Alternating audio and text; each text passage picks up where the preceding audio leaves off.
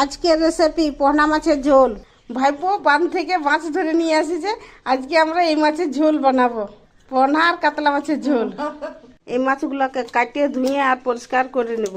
হলুদ আর নুন মাখাই নেব। কড়াইয়ে তেল গরম করে মাছগুলো ভেজে নেব। একদিকে মাছটা ভাজা হয়ে গেছে, এরপরে পাল্টে করে দিচ্ছি। মাছ ভাজা হয়ে গেছে, এরপরে তুলে দিচ্ছি। মাছ ভাজা হয়ে গেছে, এরপরে পেঁয়াজগুলো ভেজে নেব। পেঁয়াজ ভাজা হয়ে গেছে, এরপরে আদা রসুন জিরা গোলকি কাঁচা লঙ্কা আর একটা পেঁয়াজ বাটা দিয়ে দিচ্ছি। দিয়ে আর মশলাটাকে ভাজে নেব। এরপরে হলুদ দিয়ে আর মশলাটাকে ভালো করে ভাজে নেব। মশলা ভাজা হয়ে গেছে, এরপরে জল দিয়ে দিচ্ছি। এই যে মাছের জলটা ফুটছে, এরপরে একটা টমাটোর কাটে দিয়ে দিচ্ছি।